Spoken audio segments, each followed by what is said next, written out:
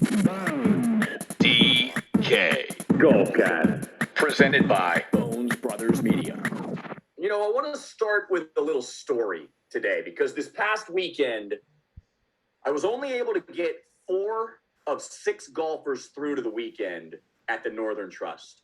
And on the Bones DK Golfcast, we often talk about upping our buy-in and being more selective about the contests we get in. Fewer people. 4 golfers through 6. I missed on Morikawa and Vegas. Vegas was 3 under through 7 holes. I don't know what the hell happened to that guy in this golf tournament. But we were high on Lowry, who I had. We were high on DeChambeau. We were high on McNealy. And I had one other dude in there right now. I can't remember who it was. Long or the short, I upped the ante. I bet a $100 lineup. I bet a $75 lineup. Both those lineups had 24 guys in. I finished in 9th place with 4 of 6 golfers. Win 200 on the 100, win 150. Doubled my money in those 2 contests. I want to welcome Bones DK Golf, who had a huge cash this weekend. I want to welcome TW Man 66, who had a huge cash this weekend. But Bones, this is exactly what we talk about, man. Being more selective with your contest and upping that buy-in really allows you to have more margin for error. Yeah, it's pretty wild, man. I was going through the contest like late on Wednesday, not late, but like mid-Wednesday. And I was like, man, what's the best contest? What's the best contest? And the Thunderdome was there. 9 out of 10 guys in the tournament. So there was 1 spot left. And I sat there for a few minutes and I was like, hey, this is my best chance to win 15 or 35K this week. So I entered it, and that was the best decision I've made in a long time. That was the only lineup that cashed. That same lineup was in the $15, and it did not cash for anything. I literally only cashed for 15K flat this week.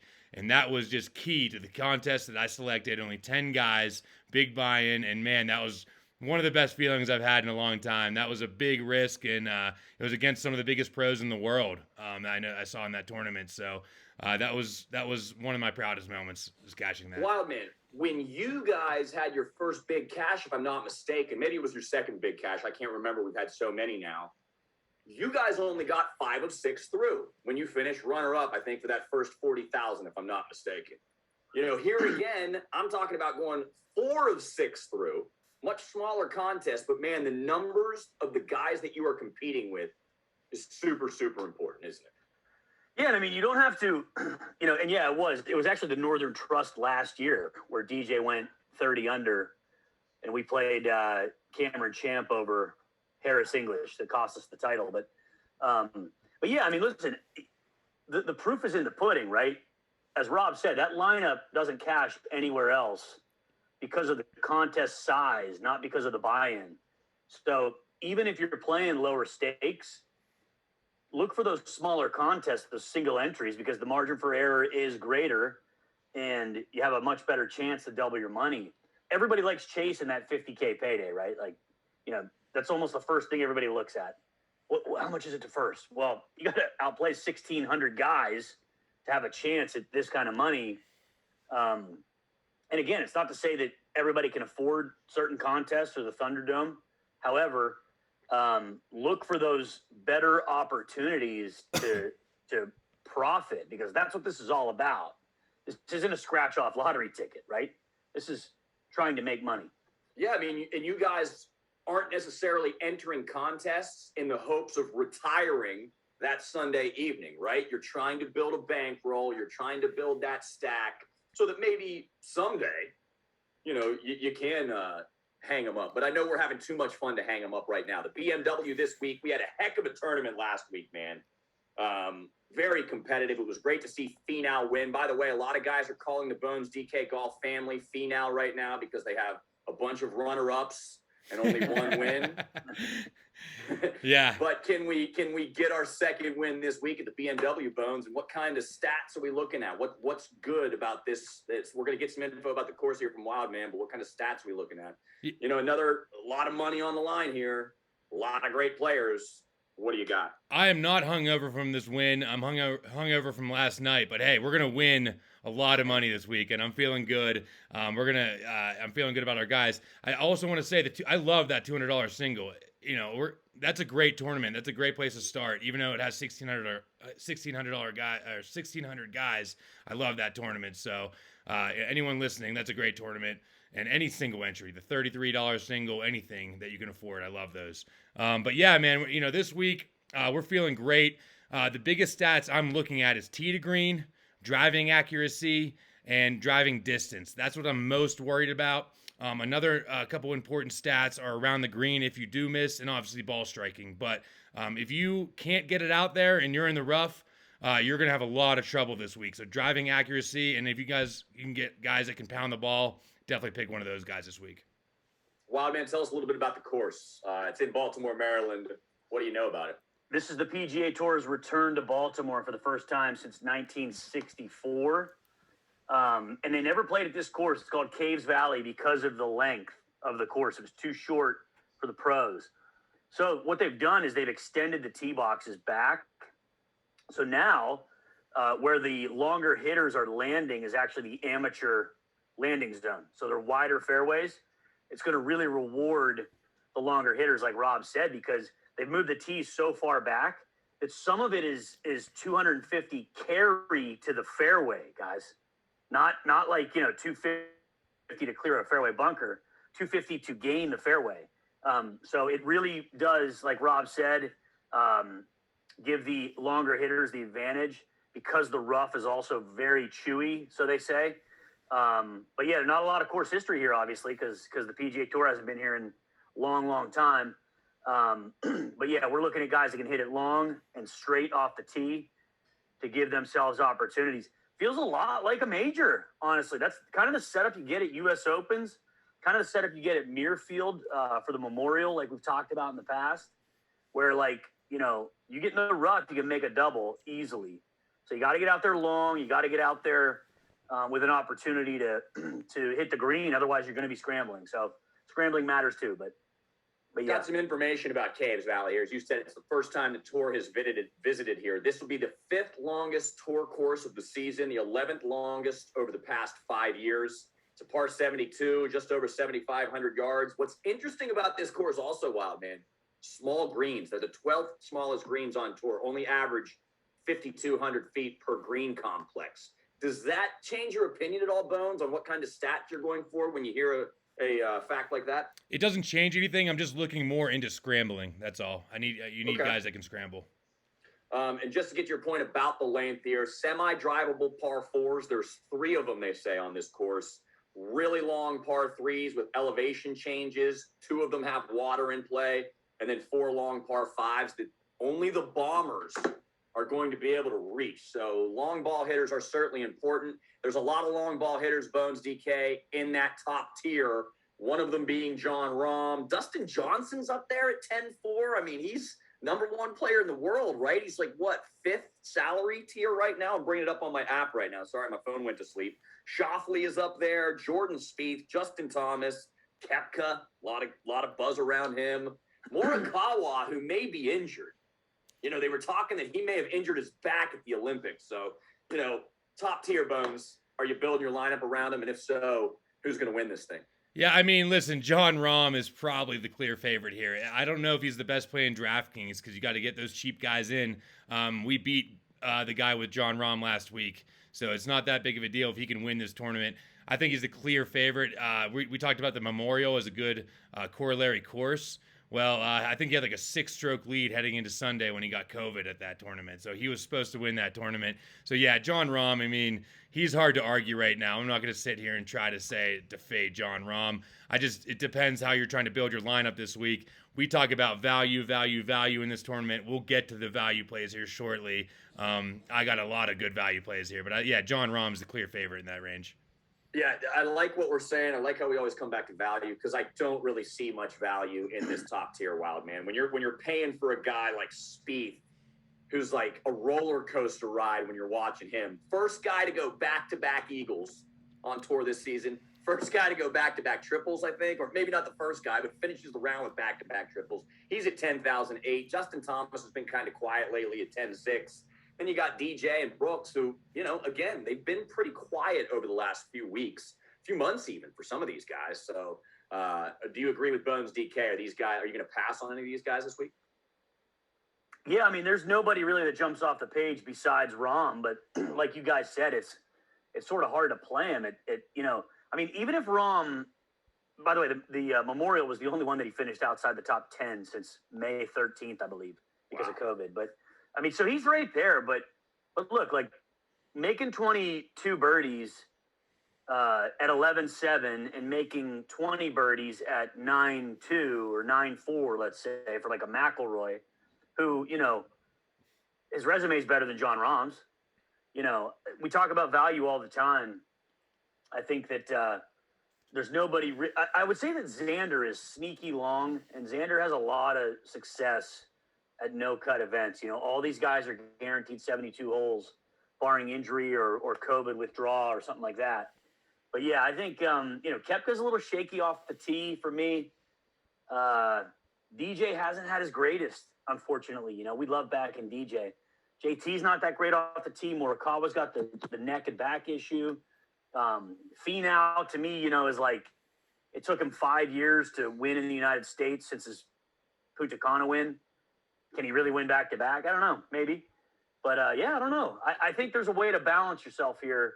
Again, depending on the contest size you're in. He certainly seems to be a nice guy on television, and I don't want to discount what anybody is saying. But is Tony Finau really that nice of a guy, Bones DK? Because every single person on Twitter, on the Golf Channel, on the telecast, they're all coming out of the woodwork right now with a Tony Finau story or like a Tony Finau experience.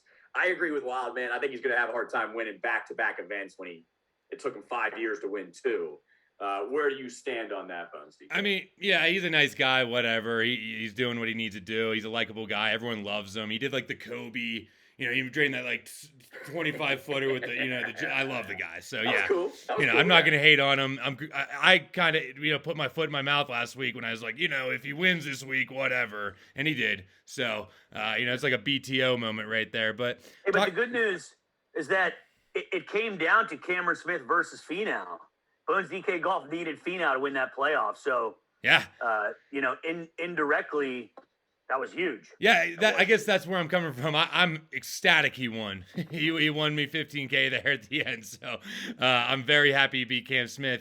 Can he do it back-to-back? I actually think he can, guys. Let's go down to the Genesis, the Farmers, the Amex down here. He went fourth, second, 3 tournaments in a row. Maybe he's not going to win this tournament, but I think he can definitely contend in the top 10 or top 5. I think he has a third, a second, and like a ninth at the BMW in the last 3 years. There's a fifth right there in 20, and then you scroll down, a fourth in 19. Now, they are different courses, but it's clear it shows that he shows up in this moment. So, yeah, I think Tony Finau can do it again. I think he's a great play this week. Yeah, I mean, it's uncharted territory for the guy, right? He's got a second win. Maybe that was what was holding him back all this time, was getting that second win. Now that the monkey's off his back, maybe he can go on like a Tiger Woods run. We'll see. I don't know if that's what we believe on the podcast, but that's what the golf guy just said here just a moment ago. All right, $9,000 tier is loaded, Wildman. Louis Oosthuizen back in action at 9.6. Cameron Smith at 9.5. McIlroy. Do you like value at 9.4 with McIlroy? I love the value of DeChambeau at 9.3. Cantlay at 9.2. Hovland at 9.1, who played the last 10 holes of the FedEx putting with a wedge. And then Daniel Berger seems to be the favorite on some of the guys that we follow on social media. A lot of guys are liking Daniel Berger. Where are you guys at in the $9,000 tier, Bones DK? Man, you know, I like the lower range here. And talk about Daniel Berger. Mock Lovin, the 35K winner, had Daniel Berger. He needed to par. He needed a birdie 18 to make the cut. Par he did not.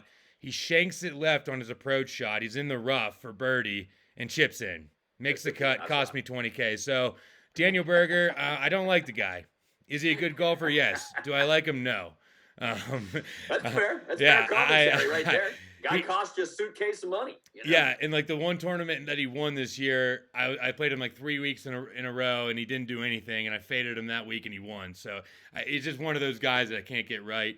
He wasn't doing that good, honestly. He had a couple birdies, couple bogeys. He had no streaks.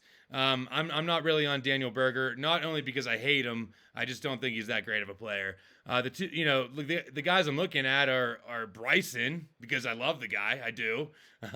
He pounds the ball. I think he has an advantage. He had freaking 25 birdies. Let me check this real quick. He's just solid, man. DeChambeau is just solid. The thing that scares me about Bryson this week is the bogey avoidance. You're gonna want to avoid bogeys, and if you get in that rough, you're gonna have trouble. And his around the green is pretty shitty, honestly. I've noticed that. Yeah. But hey, 25 birdies. This is a no-cut event, guys. This is where you gamble on Bryson. It doesn't even matter. His advantage is the distance. Hopefully he gets birdies. If he does what he did last week, that's honestly gonna pay off at $9,300. So I like him, and I like. A dark horse actually is Patrick Cantlay. Just watch out for this guy. He's one of the best tee to green. He's really good at scrambling. Coming off 19 birdies, a great bogey avoidance guy. Only 3 double bogeys. Hasn't gone over 7 bogeys in these tournaments. Trending up in a way. And yeah, he missed the cut at the Open. Not too worried about that. Let's take away the Open, one of the hardest tournaments of the year. He has a 15th, 13th, 23rd, 11th. I do like him at $9,200 this week. I think he won a playoff, if I'm not mistaken, earlier this year. Also, he's got a win on tour. If I'm not mistaken. We did play him. We had him that week, and we hit big on him that week. Okay, yeah, that's good. I love Cantlay. Cantlay. He's a big player of mine. Who do you like in this $9,000 tier?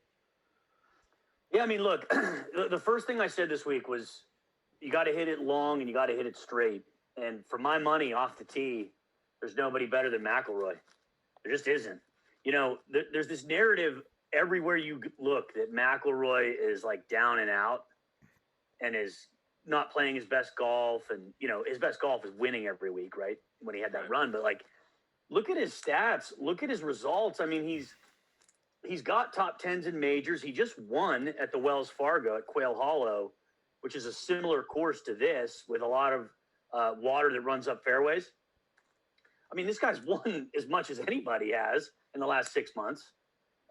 Hits it longer and straighter than everybody. He's got the swing that you try to mimic when you see on TV, right? It's the one we all do in our living room, trying to finish like Rory does.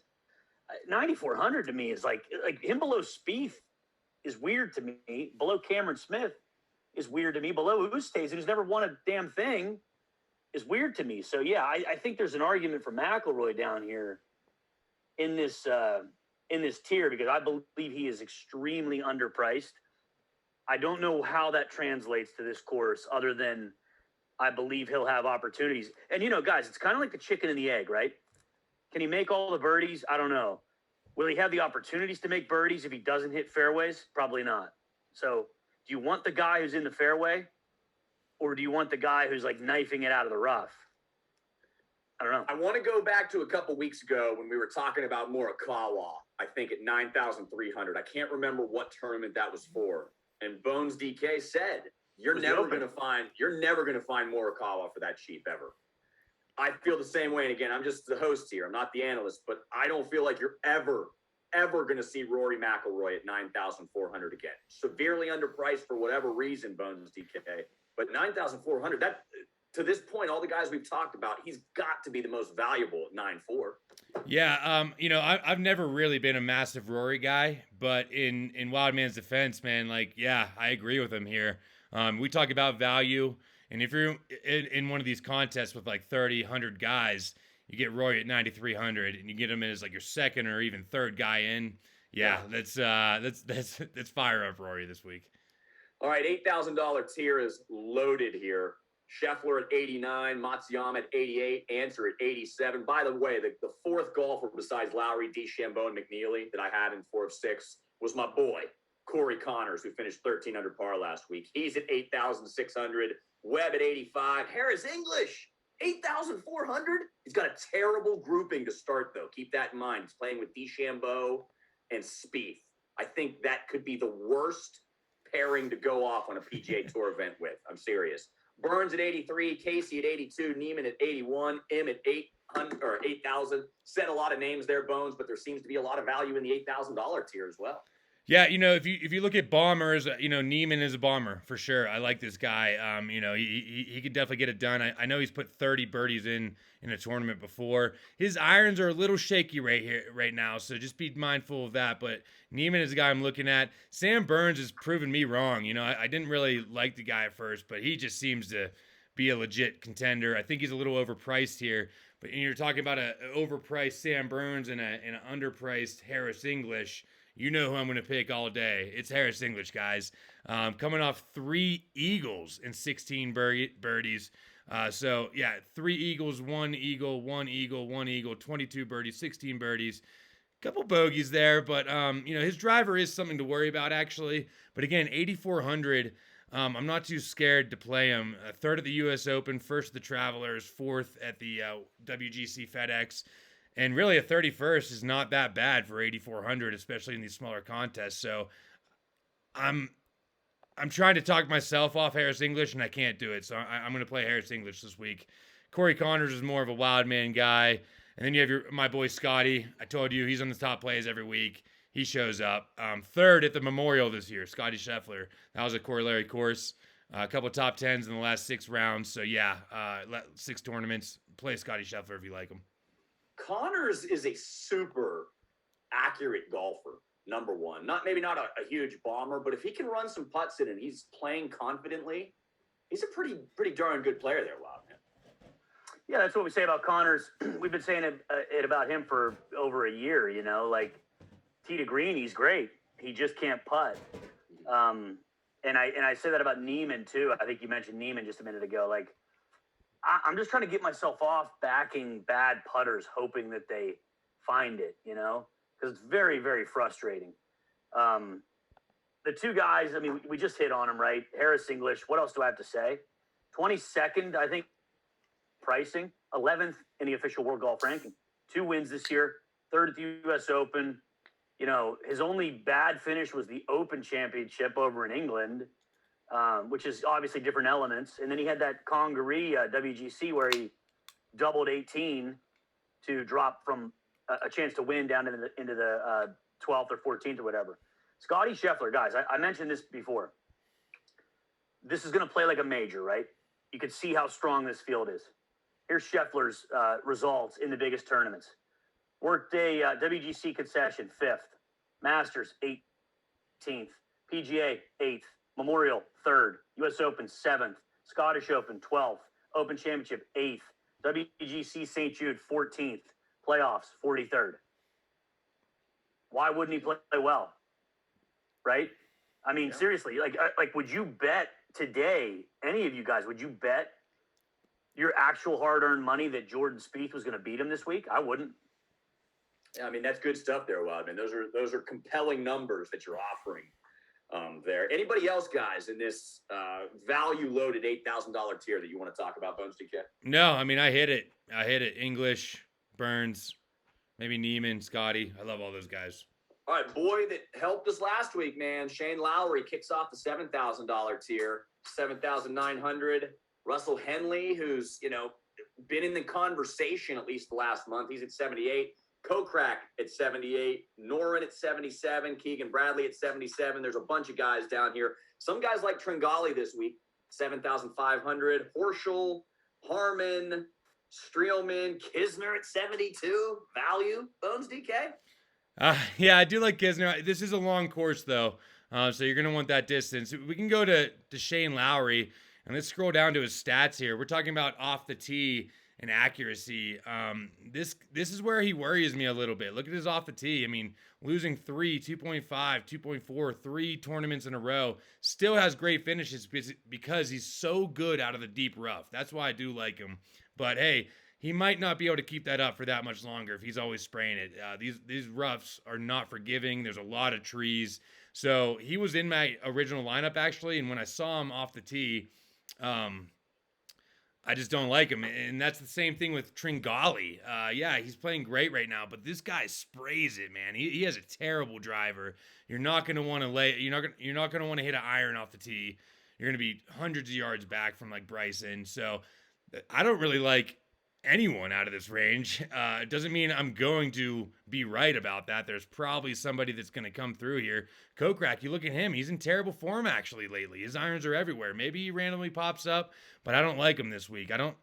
Lowry is probably my favorite play, and I'm not playing him. I'll say that. And I'm fading Tringali.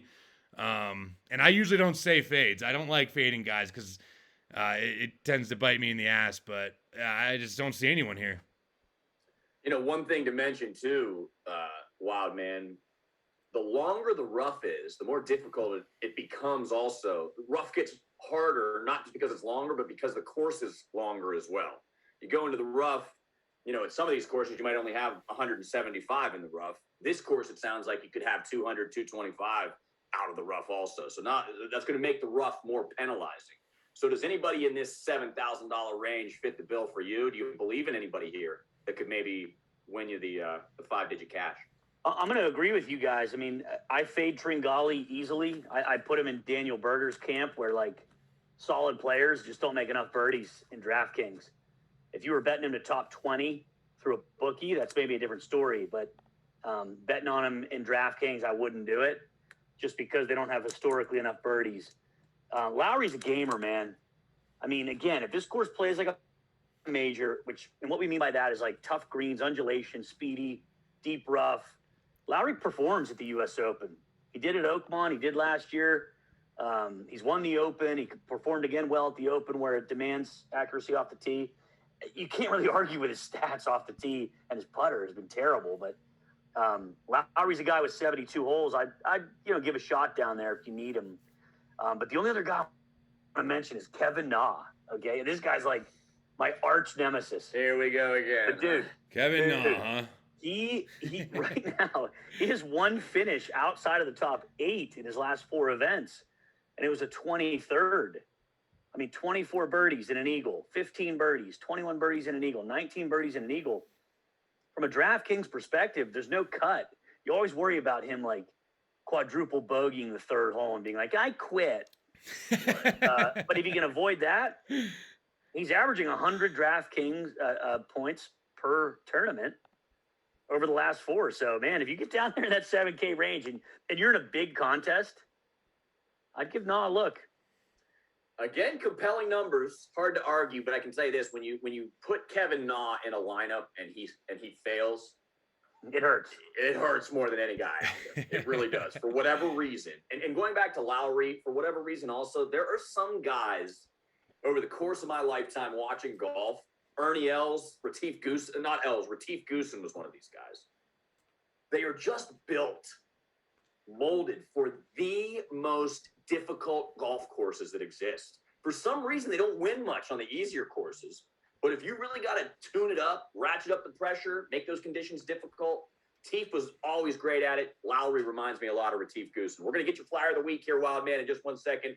Bones, DK, anybody else you want to mention that we haven't so far below that $7,000 tier? Any hidden value out there that we didn't talk about? I just want to emphasize, I don't hate Lowry this week. I'm just saying beware of his driver. But he's so good out of the deep rough. He's like a Mark Leishman, right? I mean, you can pretty much trust him anywhere. He's playing some of the best golf of his life. If there is a play, it's Shane Lowry. But let's go all the way down to the lower 7K range where I'm going to make most of my plays. It's Jonathan Vegas, right? Hey, and why am I going to fade MCNEALY? Give me an argument.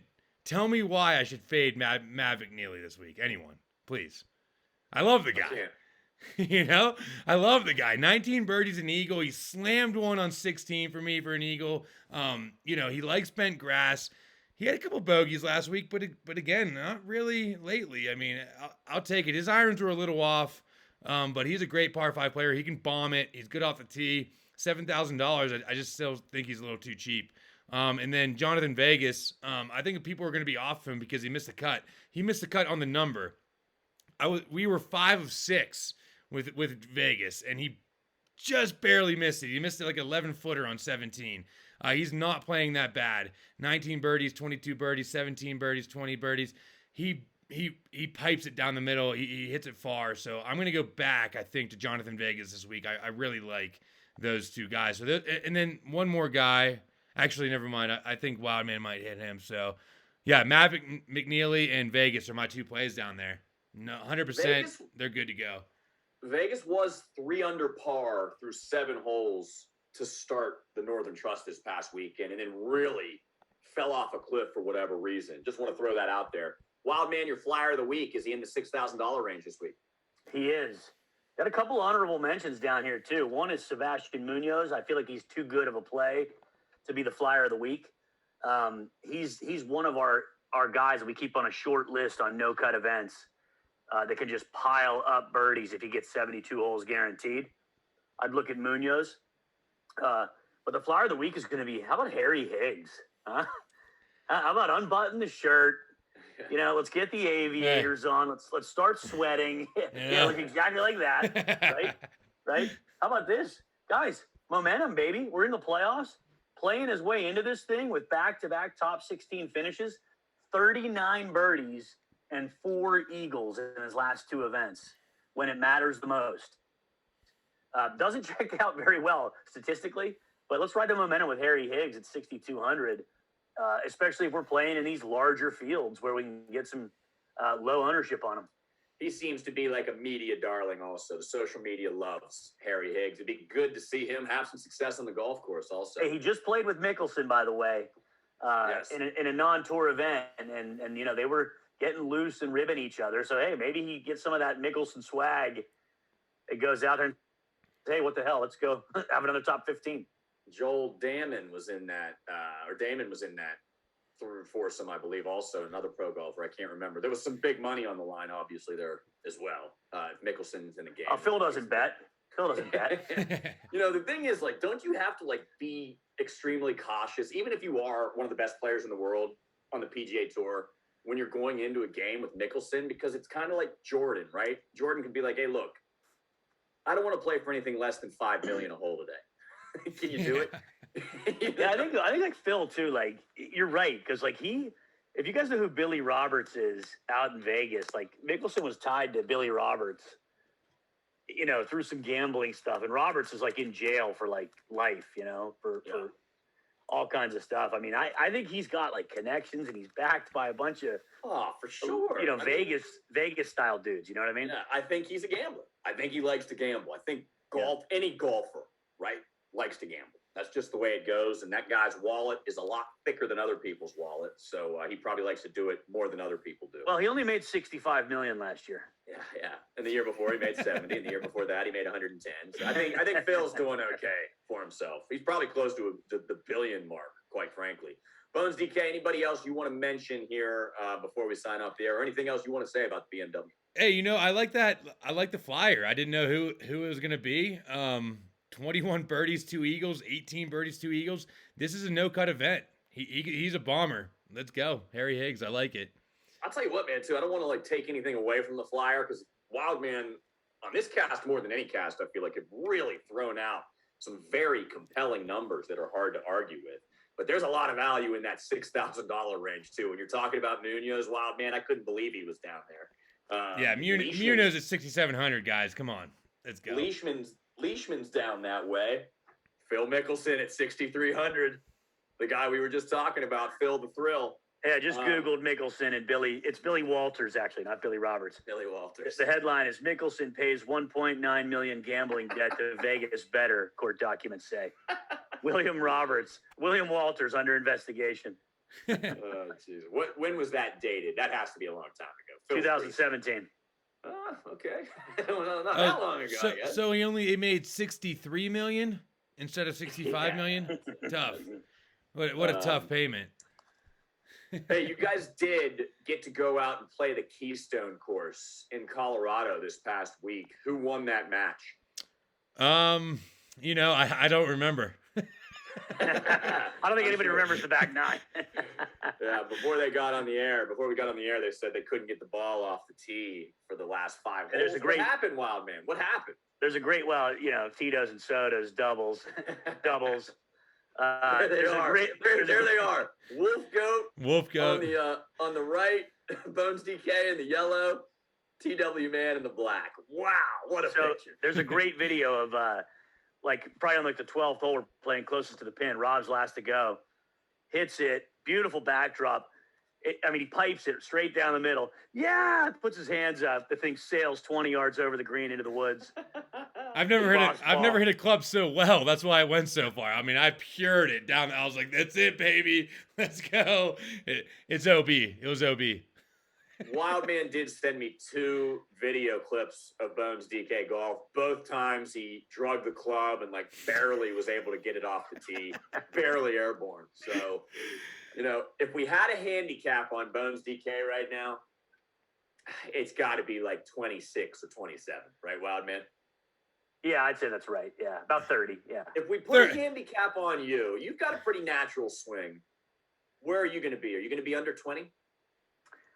Yeah, I'm under 20 right now. I mean, I was a 6.6 like 3 years ago, and now I'm probably like a 15. I can't break 85 anymore. You know, just haven't been playing enough, and I'm an alcoholic. That's a terrible problem to have. Both of those, not being able to break 85 and being an alcoholic. Go ahead,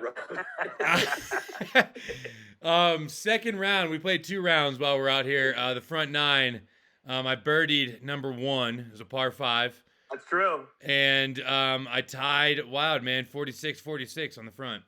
And the back was a completely different story. But hey, I'll take that front 9. 2 weekends from now, not this weekend, the next weekend, the Brothers Bone is getting together. Bones DK, TW Man, the Bone Collector, and myself. And we have the Labor Day outing at the Nectar. Really looking forward to that one, boys, because the course we play at is very gettable also. There's been eagles made out there before. There's been birdies out there. In fact, Uncle Keith had a hole-in-one 1 year also on a shot that did not get more than 18 inches off the ground the entire way. Yeah, that's what he's famous for, right? His scorecard read 918. That was it. And by the way, that reminds me, real quick, of Wolf Goat on the 3rd hole. He's like, "You guys keeping score?" We're like, yeah, we got to score. He brings up his scorecard. He says, "Yeah, what'd you guys get?" His scorecard reads max 10 max. And he's like, "What'd you guys get?" Oh, it was classic. Oh, that's phenomenal. It was a fun time. It was a really good time. That's awesome. All right, final thoughts, Bones, before we sign off today. No, let's go. You know, let's play our guys. Cantlay, Bryson, no cut event, Munoz.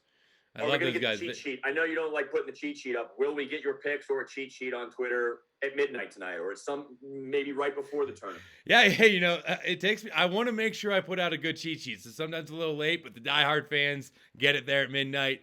You know, I'm still tinkering until about 5 a.m. the day before, or the morning of. So, yeah, we'll get a cheat sheet out, 100%. Wildman, final thoughts. No, I don't really have many. I mean, it's like I said, it's going to play like a major. Expect Rom to be at the top, but we'll go out on a limb and say Scotty Scheffler top 10 again, like he does in every big event. That's good radio right there. When I say, "Well, you got any thoughts?" Nah, not really. I don't have any. But I'm going to say more. I do have thoughts. I'm going to say no, and then say more. I got some thoughts. You may not like it. Man up, grow a pair, up the ante to our listeners, and select those contests, man. I'm telling you, I'm not making the 5-digit cashes like Bones and Wildman are, but I'm making 4-digit cashes, and I'm doubling the money I put in. And if that's what you're going for, if you're not trying to retire on Sunday evening after a golf tournament, then you at least want to make a profit each time. And that's what I've been doing. Up the ante, get the selected contest with the low field. He is Bones DK Golf. Go ahead, Wildman. Sorry. I was going to say, DM us on Twitter if you have any direct questions about something. Guys we didn't talk about, we're happy to help. He is Bones DK Golf. That was just Wildman, TW Man 66. You can follow us both on Twitter. You can follow me also, Golf Guy WV, at 80 rounds right now in my quest to 100. I need 20 more before the first week of October.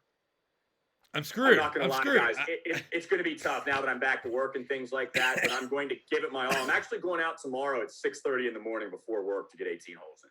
I'm teeing off at 6:30. I can't believe I'm going to lose. I'm going to come in second. I'm going to come in second again with the under. With the over. Not. We're not there yet. We're not dead. As Coach Bob Huggins said, we ain't dead yet.